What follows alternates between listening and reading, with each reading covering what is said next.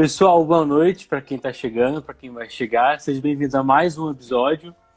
E hoje vamos entrevistar uma pessoa muito querida pelo direito, pelo Chacon, pelo Matheus Brito. Nossa Sim. queridíssima aluna, ex-aluna, né, e agora advogada, Muito obrigada. Ana Que Pacheco. honra. Bem-vinda, viu? É uma honra estar aqui. Eu fiquei muito grata com o convite, fiquei muito feliz, né? Esse projeto de vocês que recebe e irá receber ainda mais grandes nomes, né? Como Darlan Barroso, o Matheus Brito, a Lari Schubert. Então, realmente é uma honra estar aqui com vocês. Obrigado. Senão foi cogitado desde o início do programa, viu? A gente fez uma listinha e falou, Ana Pacheco tem que estar conosco. Muito obrigada mesmo. E para começar, aquela pergunta padrão, por que você ingressou na faculdade de Direito? Foi alguém da família que falou, olha, entra? Foi algum parente que é do jurídico? Como é que foi? Então, a minha história com direito, ela é assim. Quando eu era criança, na verdade eu ainda tenho essa tia, até que ela não é mais advogada. Minha tia, ela era advogada. E aí eu ia no escritório dela passar férias. Porque o escritório dela era uma salinha da casa dela. E aí eu ia com ela passar férias. E aí ela tinha lá os processos dela. Cara, você acredita que eu pegava e ficava lendo as petições? Eu não entendia nada, absolutamente nada do que estava escrito lá. Mas eu adorava ficar lá folheando, achava o máximo. E aí ela me levava no fórum, de vez em quando, para eu fazer o protocolo. Então eu ia lá desse tamanho assim, ó, com as folhinhas, fazer o protocolo, eu achava o máximo, eu achava muito legal. Então esse foi o primeiro contato que eu tive com o direito. Mas depois, minha tia, ela se mudou, ela foi para Saquarema. E aí ela, na verdade, ela é assessora da promotoria de justiça lá. Então ela não é mais advogada. Depois, já adulta, né, ela estava adolescente, eu ingressei no curso técnico de administração de empresas, né, TEC. E dentro desse curso tinha uma disciplina jurídica. E nessa disciplina a gente tinha que fazer um projeto. E a gente fez um projeto a gente montou, olha só que absurdo, a gente montou um tribunal do júri para julgar se a Capitu tinha ou não traído o Dentinho, cara. Assim, negócio surreal, que não tinha nada a ver com o peixe. A professora deve ter ficado latendo um horror, mas assim, não tinha noção nenhuma de direito processual penal, porque a gente acabou tendo aula de empresarial, direito do trabalho, então uma coisa mais voltada à área da administração mesmo. E aí eu falei, acho que é isso que eu quero ser juíza. E aí eu falei, como eu faço para ser juíza? Vou para a faculdade de Direito. Na primeira semana do curso eu já falei, não quero ser juíza. Já não me identifiquei, falei, isso não é para mim.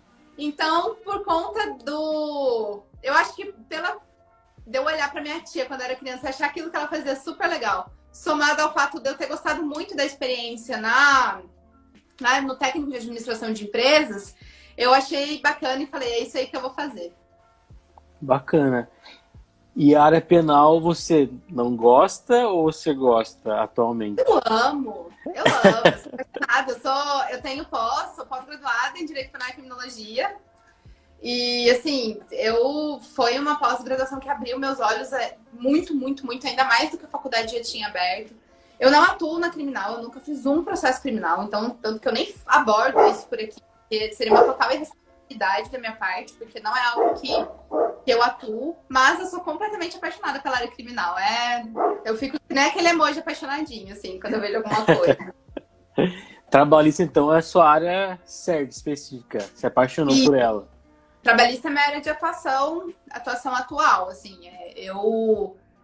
Eu entrei, acho que em 2017, na área trabalhista do escritório e tô lá desde então. Corajosa você, hein? Cara, foi assim, se eu te falar que foi uma das melhores escolhas que eu já fiz na minha vida. Caramba. Porque eu gosto de coisa dinâmica, sabe? Eu não gosto de coisa que demora, eu gosto de coisa que acontece. E o processo do trabalho, ele é um processo dinâmico, ele é um processo que você vê o começo, meio e fim. Tem processo civil que você demora 15, 20, 25 anos para ter uma sentença. Isso aí é um negócio inadmissível na minha cabeça. E eu não tenho muita paciência para esse tipo de coisa. Então, a área trabalhista, eu me encontrei com ela, assim. foi uma união de oportunidade, a oportunidade que eu tive no escritório com gostar. E aí, uniu os dois. Agora, sem mais delongas, sem mais enrolações, o que é o compliance trabalhista? Não sei nem falar inglês, me perdoe, viu? Mas eu treinei o dia inteiro hoje, mas não saiu. Imagina.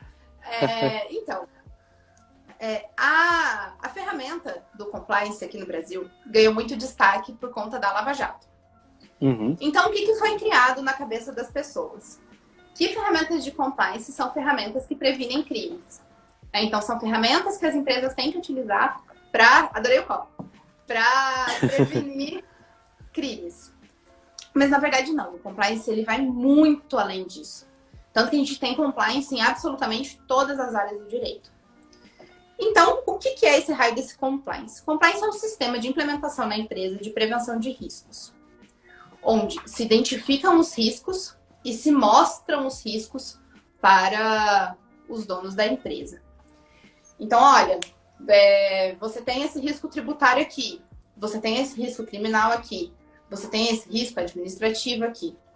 Então, a ferramenta de compliance, ela é isso, é identificação e prevenção de riscos.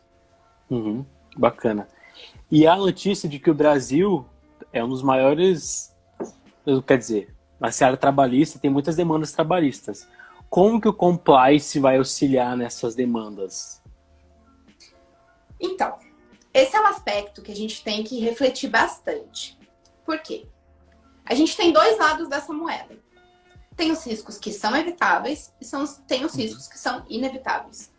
Um acidente de trabalho, por vezes, é inevitável. Por mais que a empresa siga todas as normas de segurança e saúde do trabalho, muitas vezes o acidente ele pode acontecer. Então, isso é algo que o compliance não consegue chegar até lá, porque faz parte do negócio. É a teoria do risco do negócio. Por outro lado, uma questão de assédio sexual, assédio moral, horas extras, adicional noturno, essas questões são questões que o compliance consegue alcançar.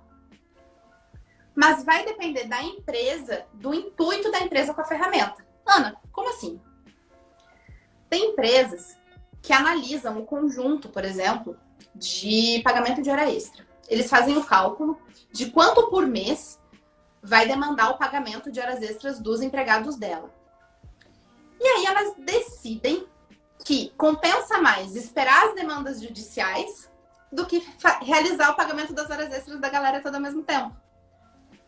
Então depende muito do que a empresa quer. A empresa não quer passivo trabalhista? Então paga todas as horas extras. A empresa quer economia? Então vamos esperar no processo judicial. Então vai depender da vontade da empresa.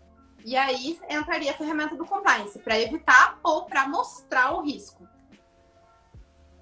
E você que trabalha nessa área, acha que a empresa está prevenindo ou está esperando depois que dá desculpa dizer a merda, chama um advogado? É isso que eu te falei, depende do que ela quer com aquilo. Né? Uhum. A empresa não tem caixa agora, por exemplo. Não tenho caixa. Não tenho como realizar esse pagamento agora. Vai ser muito mais um risco para mim pagar isso do que esperar uma ação trabalhista. Agora, pensa, são 10 empregados. Desses 10, e eu não estou dizendo que isso está certo, e eu não estou dizendo que isso está errado. Isso são apenas ferramentas estratégicas de cunho empresarial. Não estou colocando minha opinião sobre nada aqui. Então, você tem 10 empregados. Desses 10 empregados, só metade vai entrar com a ação. Uhum. Então, você tem 5 pagamentos. E não 10 pagamentos. Então, passa por essa análise. Nós, enquanto jurídicos, sempre temos que orientar ao pagamento. Então, orientamos. O risco está aqui. Se você não pagar as horas extras, você tem um risco que vai incidir juros, correção monetária, na hora de sucumbência, enfim. Mas a escolha do que fazer está na mão do empresário. Está na mão do dono da empresa. Então, a nossa função enquanto compliance é isso. É identificar que existe o risco, mostrar como prevenir o risco. Mas se vai implementar ou não, fica na mão da empresa. Bacana. E já falando disso de mostrar e não mostrar, o meu pai trabalha na fábrica, o irmão também. E eu sei por eles que é muito difícil o funcionário escutar e seguir segurança do trabalho dentro de uma empresa. Como que faz para isso ser cumprido? Ou a dificuldade de você entender isso, né? Realmente passa por um problema, né? Esse é um grande problema que as empresas passam, mas eu acho que a gente pode trazer, inclusive, uma ferramenta que é bastante utilizada no compliance trabalhista, que é o regimento interno. O regimento interno de uma empresa, ele é a lei daquela empresa. Então, ele vai prever as condutas, que a gente tem o regimento interno e a parte ética. O regimento interno é de conduta. Então, mas não conduta ética, como o manual de conduta, mas sim uma conduta. Se eu fizer isso, o que acontece comigo? Se eu não usar o EPI, o que vai acontecer comigo? Se você não usar o EPI, você vai, da primeira vez, sofrer uma advertência verbal. Da segunda vez, uma advertência por escrito. Da terceira vez, uma suspensão. Na quarta suspensão, uma justa causa. Isso tem que estar muito bem estabelecido no regimento interno da empresa. E mais que isso, nós precisamos ter gestores. Sabe o cargo de confiança? Que ganha 40% a mais? Nós precisamos que esses caras fiquem em cima dos empregados. Não usou, vai cobrar, tem que usar. Porque muitos gestores, com até mesmo receio de criar uma animosidade, de criar uma situação dentro da empresa, não cobram isso dos empregados. Então, é preciso que cobre. E, lógico, com uma orientação do superior do gestor, né? Com uma autorização do superior do gestor para que os empregados sejam realmente conscientes disso. E aí que entra a conscientização. E a conscientização ela é feita por meio do quê? De treinamento. As normas regulamentadoras, que são as NRs, elas prevêem, inclusive, treinamentos anuais, treinamentos semestrais dos empregados da empresa. Então, ter esses regramentos, ter essas NRs sendo seguidas ao pé da letra, auxilia e muito nisso. Porque aí os empregados, eles são conscientizados. E aí eles não fazem mais só porque eles vão sofrer uma advertência ou uma punição.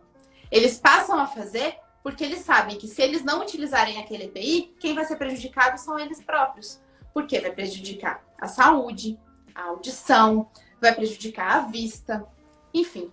Então, eu acho que passa por esses três aspectos. Um regimento interno muito bem construído, gerentes muito bem instruídos no sentido de cobrar dos seus empregados e, por fim,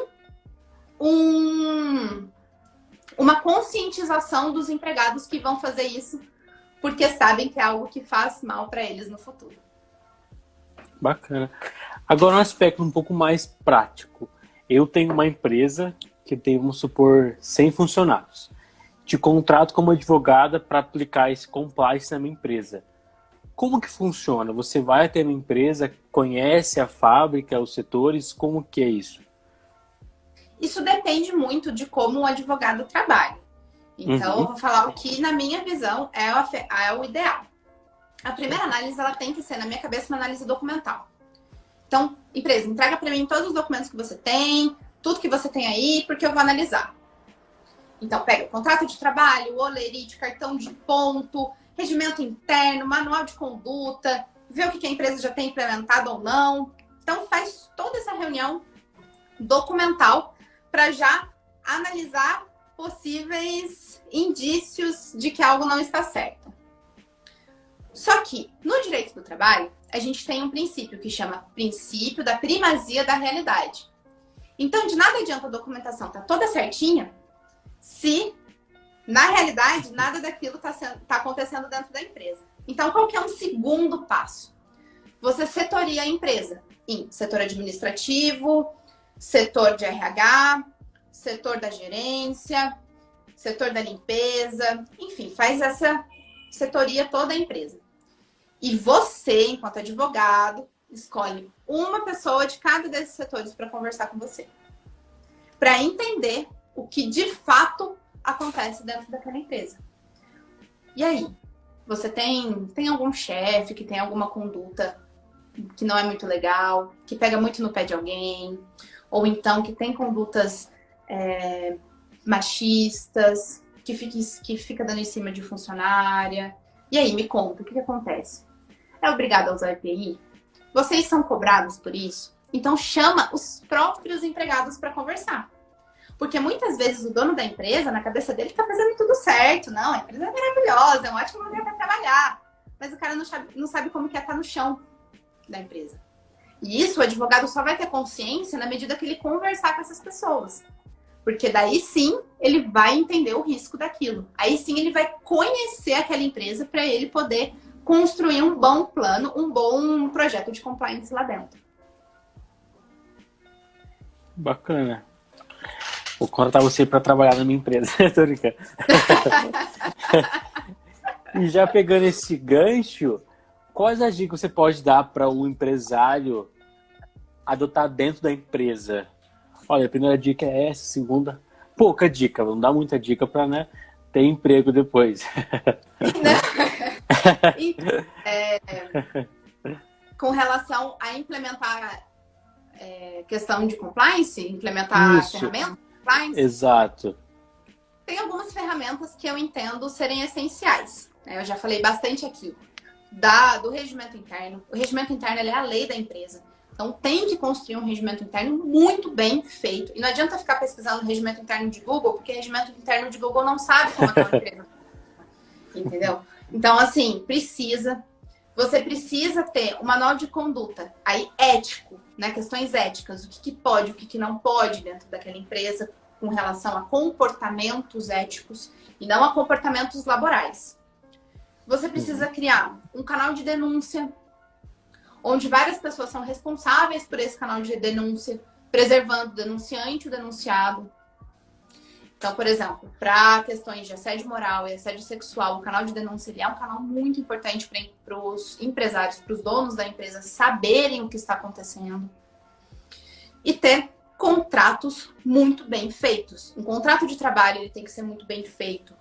Um contrato de prestação de serviços de um PJ tem que ser muito bem feito. Imagina, às vezes no Google a gente vai pesquisar para ver o que está acontecendo lá.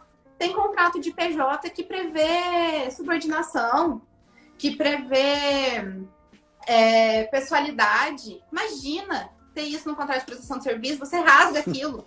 Então, assim, tem que ter, eu acho que esses 4 documentos, eles são fundamentais para você conseguir trazer essa prevenção de riscos para a empresa. Interessante. Queria abrir uma brecha rápida para dar um salve, se assim posso dizer, para todo mundo que eu acho que é seu amigo e seguidor do nosso canal, Matheus Brito, da Duarte. Gente, muito obrigado, viu? Só deixa coraçãozinho e curtida da nossa conversa. Tá sendo boa, pelo jeito.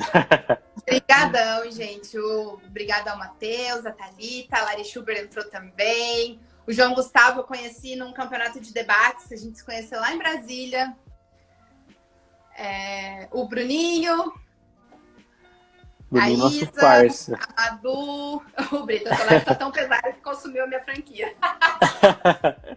A minha também tá acabando, viu, Matheus? É você, gente. Muito obrigada pelo carinho. Obrigadão mesmo. Voltando à nossa entrevista, vamos lá. Essa pergunta está até na nossa pauta, mas é uma curiosidade muito grande minha.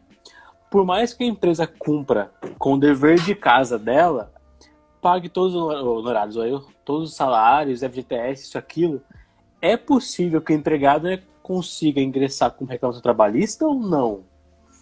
Sim, sim. Por 2 aspectos. O primeiro aspecto é aquele que a gente conversou sobre o risco. Alguns riscos são inevitáveis. Um acidente de trabalho, a pessoa estava descendo a escada da empresa, escorregou e caiu. Ela pode tentar colocar a culpa na empresa, né? Existe o nexo causal. O empregado pode achar que as horas extras estão sendo pagas de forma equivocada, ele pode questionar isso. O direito à ação, ele não é freado pelo instrumento de compliance. O compliance, quando ele é implementado para diminuir o passivo trabalhista, porque existem compliance que são feitos justamente para isso, para diminuir esse passivo, ele diminui, mas ele não exime. Não tem como evitar 100%. Justamente por essas questões que estão fora do que é possível evitar. Então, pode ser que diminua, mas não é uma regra. Não consigo te dizer que se você implementar um compliance na tua empresa, você não vai ter mais reclamação trabalhista. Não, eu não posso dizer isso. Seria, inclusive, uma irresponsabilidade da minha parte dizer isso. Da mesma forma que a gente pode estar dirigindo um carro e atropelar uma pessoa na rua e responder por um crime, mesmo na nossa cabeça nunca tendo essa intenção de responder por um crime, o empresário, quando ele tem uma empresa... Pedro? Oi? Travou? Oi, agora voltou. Travou um pouco. Oi, voltou. Então, vou voltar da forma. Travou de novo. Ai, meu... Sou eu ou sou agora, você? Agora voltou. Não sei também. Será que é a minha internet? Agora voltou. Voltou, né? Aí eu não sei também, não tem como. Bom, mas vamos lá. O risco o mesmo risco que você tem ao dirigir um carro, de atropelar uma pessoa e de responder por um crime, mesmo sem querer, mesmo sem ter a intenção de ter cometido um crime, um empresário tem na condução da sua empresa. Então, o risco do passivo, o risco da reclamação trabalhista, ele é inevitável. Certo. E agora já lidando com pessoas, funcionários mesmo. Como que eu lido com problemas entre funcionários? Porque deve ser muito difícil, né? Você todo dia vê aquela pessoa, às vezes você não tá bem em casa e tem que guardar aquilo para você. Como lidar com isso? Então, o canal de denúncias, ele é uma ferramenta muito importante para identificar esses conflitos internos entre empregados. A forma pela qual a empresa vai lidar com isso, ela não está descrita em lei, não é discriminada em lei, não tem nada jurídico que a gente possa fazer para conduzir essa relação. Claro, se você vê que existe um abuso ali na relação, um abuso de autoridade dentro daquela relação, é um chefe que está muito em cima do empregado, é um chefe que cobra demais, que coloca metas completamente inalcançáveis. Como que o dono da empresa pode chegar até isso, né? Porque muitas vezes a gente, por mais que, sei lá, tenham 20 empregados na empresa, uma empresa em tese pequena, o dono da empresa não tem como saber da relação de todo mundo, da atuação de todo mundo que está lá dentro, né? Então, o canal de denúncias ajuda a expor esse tipo de situação. Então, o que eu, Ana, faria? Tá? Então, não é uma regra, isso não é estipulado em lei, não tem nenhuma previsão quanto a isso. Mas eu chamaria os dois para conversar e falaria, vamos resolver o que está acontecendo. Vamos ver o que está acontecendo. Ah, vocês não conseguem se resolver? Então tá bom, os dois estão fora. Mas isso seria uma conduta minha, enquanto Ana. Porque não seria justo duas pessoas que não conseguem se resolver, você preservar uma e não preservar outra. Deixar a outra aí, entendeu? E manter um clima desse dentro do ambiente de trabalho também não é agradável. Também não é positivo para a empresa, não é positivo para os clientes da empresa. Um clima organizacional bom é importante. É entender se esse clima, se esse problema, ele é decorrente da chefia, porque é uma chefia que coloca um em competição com o outro de forma desnecessária. Então, e isso é necessário, né? Essa conduta do empregador, essa conduta do diretor de uma empresa, é necessário justamente para colocar os pinguinhos nos is. Porque daí o coleguinha vai ver aquela situação e vai falar, putz, não vou ficar em desalinho com ninguém aqui dentro. Vamos criar um ambiente de trabalho amigável. Não digo que precisa estar todo mundo na casa do outro fazendo churrasco fim de semana, não. Muito pelo contrário. Mas ter uma relação cordial. Você não precisa gostar do teu colega de trabalho, você não precisa amar o seu colega de trabalho. Mas na hora que colocar os dois para trabalhar junto, precisa dar certo. E aí que é o ponto, né? E aí o canal de denúncias é importante para que essa situação chegue até os superiores, os diretores e os donos das empresas. A dúvida, você falou, a dúvida ficou na minha cabeça. Esse canal de denúncias é criado no regimento interno? Como que é? O canal de denúncias, ele pode ser estipulado no regimento interno e falar, a partir de agora a gente vai criar um canal de denúncias. Então a empresa ela tem que dar um jeito de implementar isso. Como? Por exemplo, através de um site. Então a gente tem um site no qual a pessoa vai narrar ali o que aconteceu e tem que ser extremamente preservado o denunciante e preservado o denunciado também, né? Porque muitas vezes a gente não sabe se o conteúdo é verdadeiro, né? Então é importante essa preservação. É importante que o canal de... por exemplo, empresas que não têm condições financeiras de criar um site só para isso, pode criar um e-mail para isso. E aí, com 2 e-mails distintos. Um e-mail do denunciante e um e-mail de quem vai recepcionar aquela denúncia, né? Então, para a pessoa poder narrar o que está acontecendo ali dentro do ambiente laboral. É basicamente isso. E é muito, muito, muito importante que sejam preservadas essas duas figuras. Ai, Ana, mas e se o denunciado for a pessoa que é responsável pelo canal de denúncias? Como que a gente faz? Por isso é importante termos 2 ou mais pessoas responsáveis, a depender do tamanho da empresa. Mas sempre pessoas confiáveis, de confiança do dono da empresa, e pessoas que não vão expor o conteúdo das denúncias. Difícil. Não, é sempre uma situação complicada. Normalmente fica com diretor, né? Que acima do diretor é só o CEO da empresa. Então ficam ali na mão dos 2 diretores principais e, putz, foi identificado que o diretor A que está sendo denunciado. Então já passa diretamente para o diretor B. E aí, a razão pela qual não pode ser identificado o denunciante, porque senão o diretor A vai saber quem foi que denunciou. Então, essa figura também deve ser preservada. Bacana. E esse compliance trabalhista incentiva de alguma forma o funcionário a dar o melhor de si ou em momento algum atinge diretamente o funcionário? Eu acho que o compliance pode criar um melhor clima organizacional. Mas a sua função principal não é essa. Né? A sua função principal realmente é identificação e prevenção de riscos. Claro que pode ter, sei lá, implementação num regimento interno de bônus, né, para incentivar os empregados a baterem metas, né? Mas talvez o melhor reflexo, na minha visão, que gere seja um clima organizacional melhor, sejam pessoas mais bem relacionadas, né? Talvez esse, da minha visão, seja um reflexo que crie e que melhore a saúde do empregado em todos os sentidos dentro do ambiente laboral. Mas não necessariamente é um ponto principal e nem o objetivo mesmo das ferramentas de compliance. Bacana. Sem dar spoiler da sua vida jurídica, você poderia nos dizer alguma empresa, né, que você prestou algum tipo de consultoria e auxiliou compliance trabalhista? Pode ser em Orena, em Guará, fora daqui da região.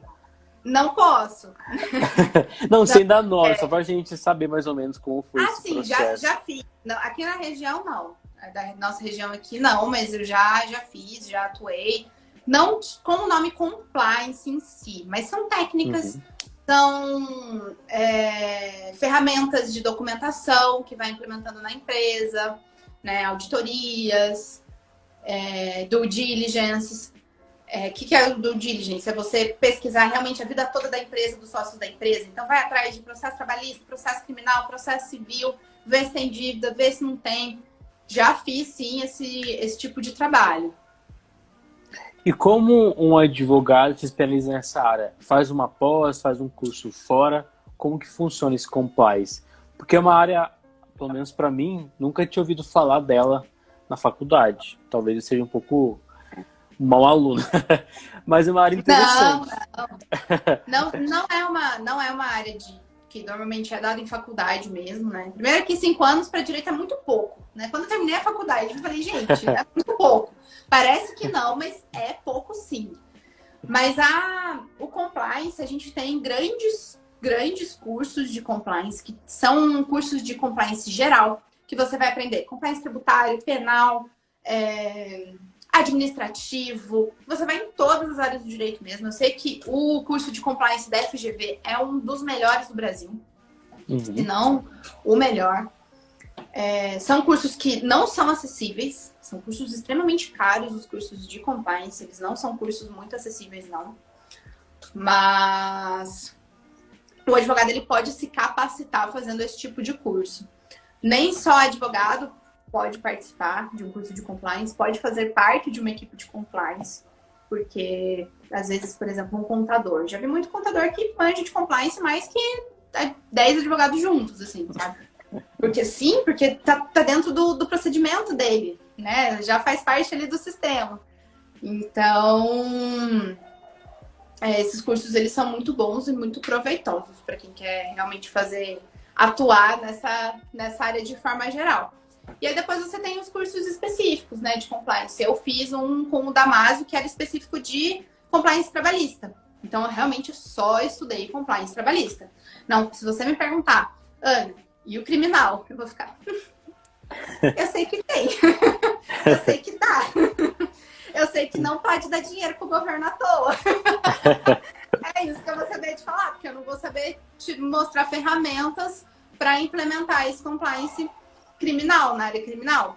Então, por isso que normalmente uma equipe de compliance é uma equipe formada por várias pessoas de várias áreas, não só advogados, né? Para fazer aquele compliance certo mesmo para a empresa. Bacana. E agora já com, né, finalizado o assunto um pouco mais técnico, agora um pouco mais pessoal da sua vida. Aquelas fofocas que ninguém sabe, mas a gente vai contar. Todo mundo ama um fifizinho. Como foi o seu 6º ano depois que acabou a faculdade? Você já começou a advogar logo? Você demorou um tempinho? Como foi? Então, eu fui assim, digo privilegiada, né? Nesse ponto. Porque logo quando eu me formei, eu fui efetivada enquanto advogada. Eu era estagiária do escritório que eu tô hoje. Eu entrei no 2º ano da faculdade lá, então já faz mais de 5 anos que eu tô lá. Já sou graduada lá no escritório. E eu entrei em 2015 e lá fiquei. Então, eu até sinto realmente, é um privilégio isso ter acontecido. Então, isso facilitou o meu 6º ano. Não digo que foi fácil, mas facilitou muito em comparação a outros colegas, né? Que infelizmente não têm essa mesma oportunidade. Ou então colegas que não querem, porque querem uma advocacia autônoma. Eu saí da faculdade crente que eu queria ser defensora pública. Era meu sonho, era minha vontade, na minha cabeça era minha vocação. E aí, o que eu fiz? Eu saí da faculdade, fechei a pós em Direito Penal e Criminologia, fechei o cursinho de Carreiras Públicas do Damásio e falei, vou arrasar nesse mundo. Tô no pique, já vou pegar, já vou estudar, não sei o que e tal. Meu, eu fiquei pagando Damásio 4 meses. Eu assisti 2 aulas. Nossa. Foi um erro, assim. Uma das coisas mais idiotas que eu fiz na vida, nesse sentido, sabe? Porque não funcionou. A rotina, ela muda muito, né? Quando você tá no estágio, você tem hora para entrar, hora para sair, né? Você não precisa fazer audiência, tem um certo contato com o cliente, mas não é nada tão pessoal. Quando você se transforma em advogado, cara, o negócio fica louco mesmo. Assim, você dá o sangue, não tem tempo. E nessa loucura toda, comecei a fazer certos questionamentos, sabe? Se realmente o concurso público era o que eu queria, né? E aí eu tranquei o concurso, continuei com a minha pós, tranquei o curso, né, do Damásio, continuei com a minha pós e falei, beleza, vambora. E aí meu 6º ano foi muito conturbado nesse sentido, porque eu não sabia o que eu queria fazer. Então eu testava uma coisa e não dava certo, testava outra coisa e não dava certo. Falei, putz, você é analista do TJ. Aí Aí abri o concurso para procurador municipal de Bará. Eu falei, não, é esse aí, é a minha chance, vou passar, tal, vou estudar. Cara, eu perdi até a inscrição do concurso, pra você ter ideia. Super animada.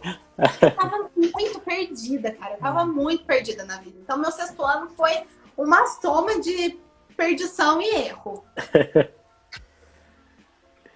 E depois você conseguiu, logicamente, se estabilizar um pouco. E a primeira audiência sua, como é que foi? Foi audiência, igual o Matheus falava, que até hoje ele não sabe o lugar da cadeira dele. Você sabe o seu lugar na cadeira? Fica meio perdido ainda? Depende da área que for pra fazer, entendeu? Porque assim,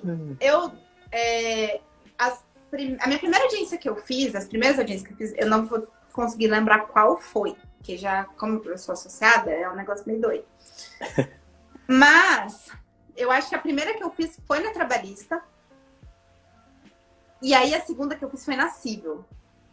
Na hora que eu entrei, eu travei. Falei, nossa, e agora? O que eu vou fazer? Aí eu fiz que nem o Brito fez. Que nem o Matheus fez. Falei, você é a pessoa mais educada do mundo. Pode entrar na minha frente, doutor. Pode entrar na minha frente. Pode entrar na frente. Aí esperei todo mundo sentar. E aí só sobrou uma cadeira. Eu falei, é a minha. E aí essa é até uma dica que eu dou para todo jovem advogado. Cara, seja o mais cordial possível na hora de entrar na sala de audiência, se você não sabe onde vai sentar. Deixa as pessoas irem na frente.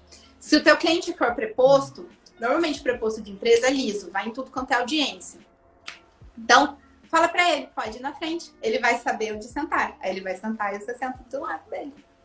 Ou então, se o seu cliente for reclamante, for autor da ação, não for pessoa jurídica, for uma pessoa física que não está acostumada, puxa ele para conversar um pouquinho antes de entrar na sala, fala, não, tá tudo bem, tá tudo certo, dá aquele charminho, né, em cima dele, deixa a galera entrar, todo mundo entrou, todo mundo sentou, você vai e entra. Você vai e senta. Aí, meu, sem erro nenhum. O único problema vai ser se os dois seguirem essa minha orientação, né? Aí vai esperar tudo isso. E já aproveitando essa deixa, qual foi o perrengue que você passou como advogado ou estagiário do escritório? Alguma pontual ou não? Você sempre foi uma pessoa elegante, fina, assim? Não, que isso?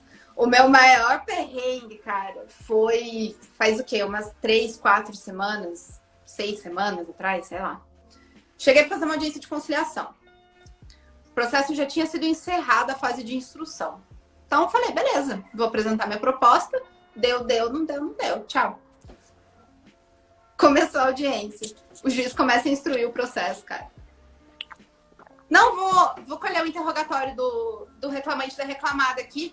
Aí eu, excelência, despacho de folhas tais falou que a audiência era de conciliação, não é instrução.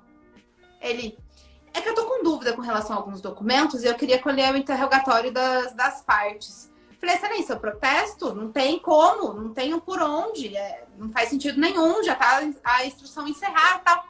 Aí eu comecei a falar com ele, ele bateu assim na mesa, isso que é audiência online. Ele bateu assim na mesa e falou, eu sou o juiz, a prova é minha e eu vou colher na hora que eu quiser. Uau. Aí eu falei, tudo bem, excelência, mas eu protesto e eu quero que conte os protestos na ata. Não, mas a prova minha, eu falei, excelência, vai constar os protestos na ata. Por gentileza, que conste os protestos na ata, porque isso não tá certo. Aí ele falou, não, tudo bem, vou constar, mas autor, vem cá. Aí começou a instruir o processo. Deu ruim dessa vez. Não tem o que fazer, eu vou falar o quê? Eu falei, então tá, tchau. Muitas vezes, eu até conversei um pouco isso com o pessoal ontem, que muitas vezes a gente fica sem muita ferramenta, sabe? Pra usar com esses certos tipos de comportamento do judiciário, né? Mas tudo bem, a gente... Se ficar discutindo muito, né? Também não vai dar em lugar nenhum, né? Quando você sente ali, pedir para protestar e vamos ver o que o tribunal vai falar, porque não tá certo. O André perguntou assim para você. A mudança da justiça... Tá me ouvindo? Travou, voltou, assim, né? Não, a mudança da justiça gratuita com a reforma trabalhista diminuiu o número de reclamações trabalhistas? Eu entrei na área trabalhista justamente nessa mudança. Eu entrei em julho e a mudança foi em novembro. É uma soma, né, da gratuidade com os honorários, a previsão de honorários de sucumbência. No começo, mudou muito, diminuiu demais. Assim, cliente que recebia 10 reclamações, 10 processos por mês, começou a receber 2, começou a receber 3. Aí a gente falou, nossa, acabou, né? Acabou a área, deu ruim, vamos mudar, vamos fazer outra coisa, porque não vai dar certo. Mas depois que passou esse choque, depois que passou esse medo, né? Porque os advogados de reclamante realmente ficaram com medo, porque não sabiam como iam ser as decisões judiciais, né? Não sabiam como o judiciário ia se posicionar com relação a isso. Então, deu uma freada na época. Eu lembro que, de novembro de 17 até novembro de 18, até metade de 18, mais ou menos, era uma coisa meio... Porque foi um processo de adaptação. Depois, o que aconteceu e acontece? Os processos, eles tornaram-se menos aventureiros. Antes, qualquer processo, tinha um pedidinho de dano moral de 30, 40 mil reais. Qualquer processo. Está discutindo só hora extra no processo. Vinha junto esse pedido de dano moral. Hoje não vem mais. Então, tornou-se o processo do trabalho mais correto nesse sentido, sabe? E até mesmo mais difícil para atuar, né? Enquanto empresa, inclusive. Porque antes a gente fala, isso aí não existe, não sei o que e tal. Hoje, quando vem um pedido, a gente realmente quebra a cabeça. E aí? Tem defesa, não tem defesa? O que aconteceu? Como que a gente vai passar isso para o cliente? E a partir do momento que os advogados dos reclamantes tomaram essa consciência, viram que não é tão assim a questão da justiça gratuita, sabe? Não é nem tão para lá, nem tão para cá. Não é tão preto no branco, assim. Eu já vi casos de reclamantes que recebem 20 mil reais por mês e conseguiram a gratuidade de justiça porque comprovaram que a renda deles é comprometida. Eu ganho 20 mil reais por mês, mas eu tenho 10 mil de aluguel, 5 mil de conta em casa, então eu não consigo pagar. E aí o judiciário também tornou-se mais comedido nesse sentido, né? Então, no primeiro momento, diminuiu o número de reclamação trabalhista e atualmente as reclamações trabalhistas elas estão menos aventureiras. Então, o que eu acho super positivo, porque realmente você tem pessoas que estão buscando só os direitos que elas realmente podem, entre aspas, tá? Só os direitos que elas realmente acreditam ter. E o dano moral, muitas vezes, era por conta... A gente tem alguns ritos na Justiça do Trabalho, né? A gente tem um rito ordinário, que a testemunha... O gera reflexo é o seguinte: a testemunha no rito ordinário, se ela não for na primeira audiência, a audiência pode ser redesignada. No rito sumário, no rito sumaríssimo, não. Isso não pode acontecer. Então, o que os advogados faziam? E os ritos, eles são conforme o valor da ação. O valor da ação alto, salvo engano, 40 salários mínimos, 20 salários mínimos, não vou lembrar de cabeça agora, tá? É rito ordinário. Menos valores da ação mais baixos é sumário sumaríssimo. Quando a testemunha não vai no sumário sumaríssimo, o processo vai para julgamento. Ou corre o processo, ou você pede extinção. Quando a testemunha não vai no rito ordinário, pode ser redesignada a audiência. Então, o que os advogados faziam? Eles colocavam o dano moral lá na casa do chapéu para chegar sem testemunha na hora da audiência. Para a audiência ser redesignada, para ganhar mais um tempinho. E isso freou também esse tipo de conduta, sabe? Então, gerou reflexo em processos mais justos, vamos dizer assim, sabe? Processos que realmente discutem os direitos das pessoas. Bacana. E quanto à audiência online, você foi a favor, achou bacana, você detestou, não quer mais ligar o webcam pra nada?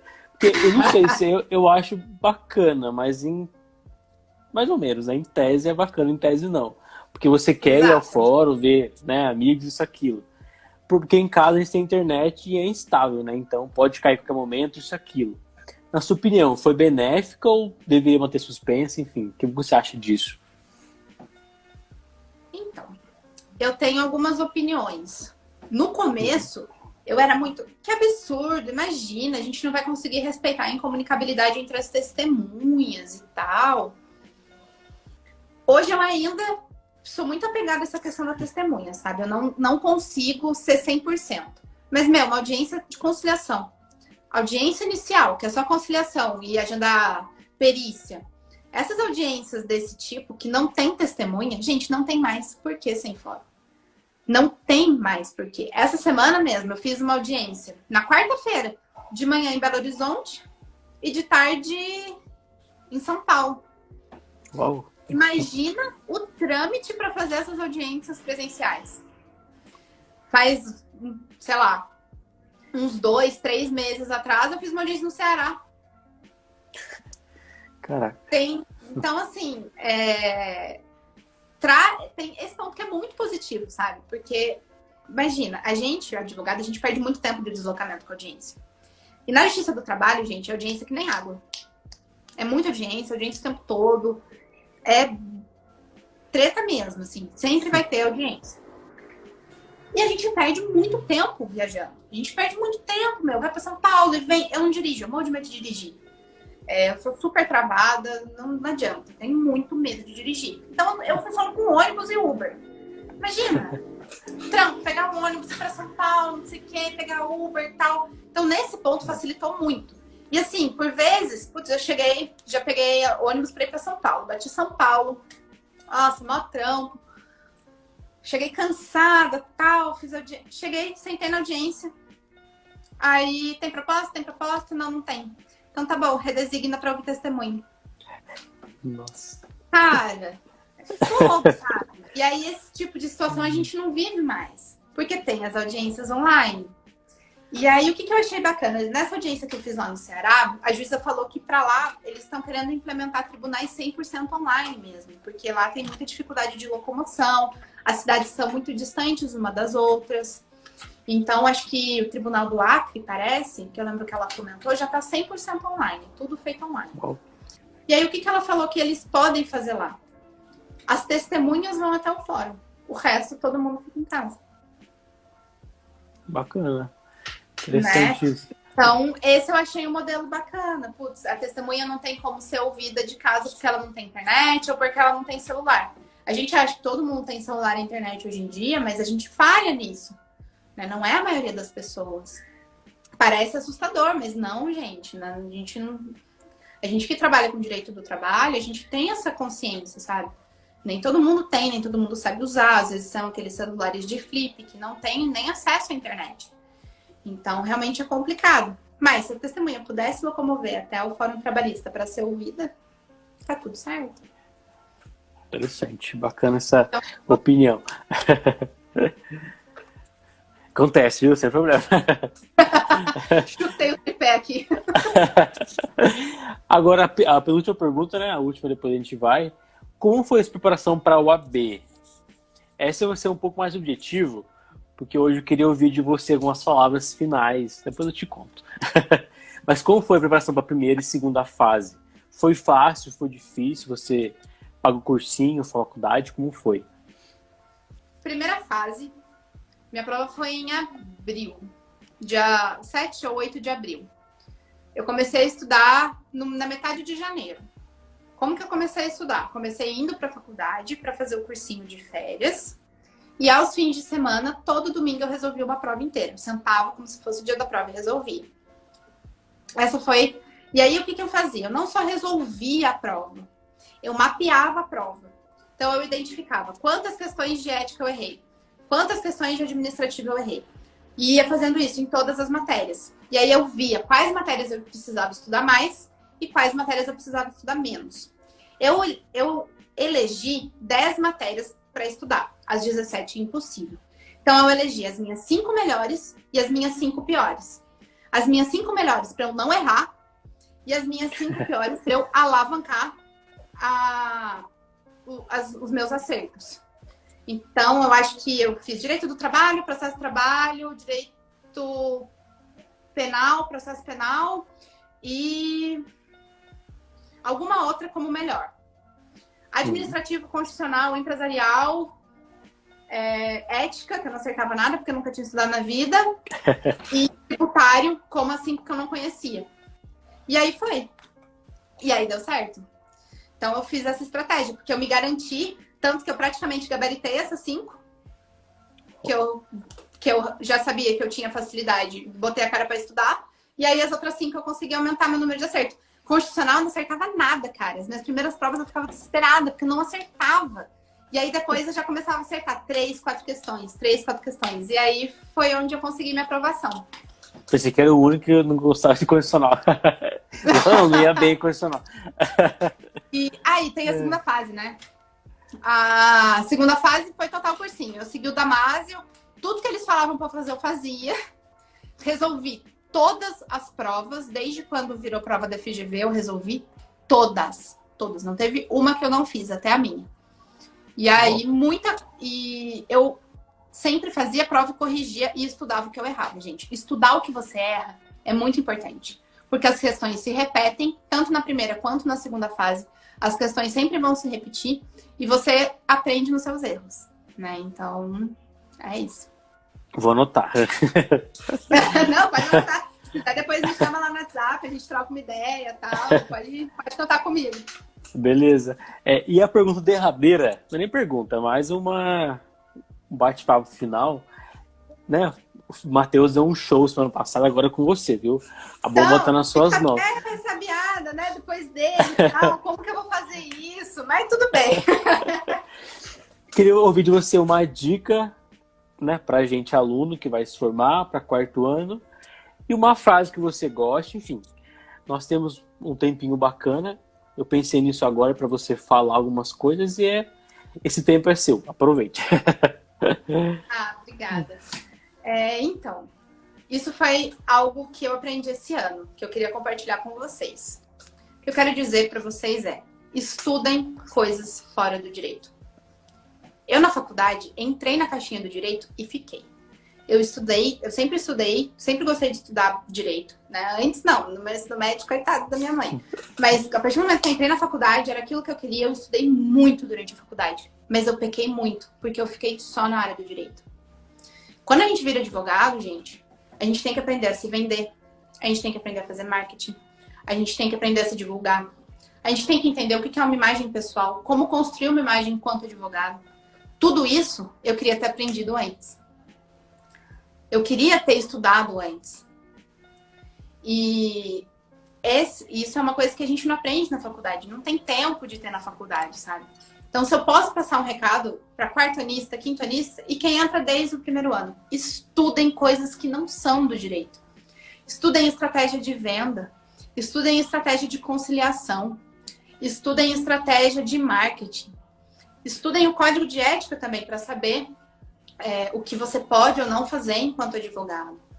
Claro que a gente tem hoje também muitos cursos sobre isso. A gente tem cursos especializados de marketing jurídico. A gente tem cursos especializados de marketing digital. E aí a gente pode complementar isso com o que tem no código de ética e entender o que a gente pode ou não fazer. Porque a gente precisa fazer. Nós, advogados, somos o nosso produto. Então, a gente não pode vir na internet, postar foto de, sei lá, de um perfume e falar, esse é o meu produto. Não! Então, a gente tem que entender como essa máquina funciona, sabe? E eu pequei muito, porque eu fui começar a estudar isso esse ano. Começar a estudar isso a partir de julho desse ano, eu acho. E se eu tivesse estudado isso desde o começo da faculdade, eu acho que eu já teria angariado mais coisas, sabe? E eu queria passar essa mensagem para vocês. Saiam do direito um pouco, vão buscar outras coisas também enquanto faculdade, sabe? Enquanto na graduação. Saiam da caixinha, vão descobrir venda, vão estudar marketing, vão acompanhar essa galera que está fazendo sucesso fora do direito, não só a galera do direito. Eu fiz uma link no meu Instagram, eu seguia só professor de cursinho, cara. Falei tchau, tchau, tchau, tchau, tchau. Vou seguir quem curte de venda, porque é isso que eu preciso, sabe? Então, se eu posso deixar uma mensagem para vocês é essa. Vai estudar como você pode se vender. Porque senão vai dar ruim. Só para a gente fechar o nosso bate-papo, falta pouco tempo. Tem uma frase, não sei de quem que é a música. Eu acho que é do Raul Seixas, não sei. Milton Nascimento. Agora que eu errando música brasileira, que feio. Que fala que amigo é coisa para se guardar debaixo de 7 chaves. Eu não sei como a amizade de você e do Matheus foi construída, mas eu acho que é uma amizade muito promíscua e verdadeira. Então, eu queria parabenizar você e ele pelo brilhantismo na profissão de vocês, pelos alunos que vocês eram durante a faculdade, pelos advogados que vocês são atualmente. Confesso que vocês são fonte de inspiração para mim e para os demais que assistem a gente agora na live. Tanto é pelos elogios aqui. Então, continue sendo essa pessoa iluminada que você é, inteligente, bonita, advogada. Sucesso para você, para o seu namorado / noivo, não sei, para o Matheus. Tamo junto sempre, viu? Precisando, pode chamar a gente. Nossa, muito obrigada. Obrigada mesmo. Agora eu queria vir aqui agradecer. O Matheus é uma pessoa que me acompanhou desde o começo da faculdade. Ele é um irmão para mim, realmente. Ele chegou na minha vida e não desgrudou mais. A gente é muito parceiro, a gente é muito amigo. Ele está na minha casa no momento, ele tá lá na sala. Que a gente sempre... Cara, a gente tá junto em tudo, sabe? Junto em absolutamente tudo. E é isso, a amizade leva a gente em lugares que a gente nem imagina. E muito do que eu faço hoje, muito do que eu penso hoje, eu devo muito a ele, sabe? Ele abre a mente da gente de uma forma muito sensacional. Então, e é muito bacana ver que as pessoas percebem isso. Quem apresentou o meu namorado pra mim foi ele também. Então, olha que amigo, olha o peso dessa amizade, sabe? A Camitinha que tá acompanhando aqui a live com a gente, ela é namorada dele. E, cara, ela é uma amiga minha hoje, assim, uma das minhas melhores amigas. Então, o Matheus, ele agregou demais na minha vida em todos os sentidos, em todos os aspectos. Ele realmente se tornou uma pessoa da minha família. Então, queria agradecê-lo também. A gente fez vários projetos da faculdade juntos que me trouxeram até aqui. E muito obrigada a vocês, pessoal do Direito na Noite, pessoal da Unisal que continua valorizando a gente, sabe? Continua pegando na nossa mão, levando a gente lá para cima. Eu fiquei muito honrada com esse convite. Você não tem ideia do quão feliz e quanto honrada eu me senti de ser convidada para fazer parte daqui. Muito, muito obrigada, de verdade. Foi um prazer. Obrigado você por ter aceito o convite, né? A gente está um pouco ansioso pela live, pela grande pessoa que você é. Espero muito que vocês tenham gostado, que eu tenha contribuído com vocês. Com certeza. Ana, muito obrigado. Bom fim de semana. Beba com juízo. Boa semana. Tchau, pessoal. Até semana que vem. Valeu. Tchau, tchau, gente.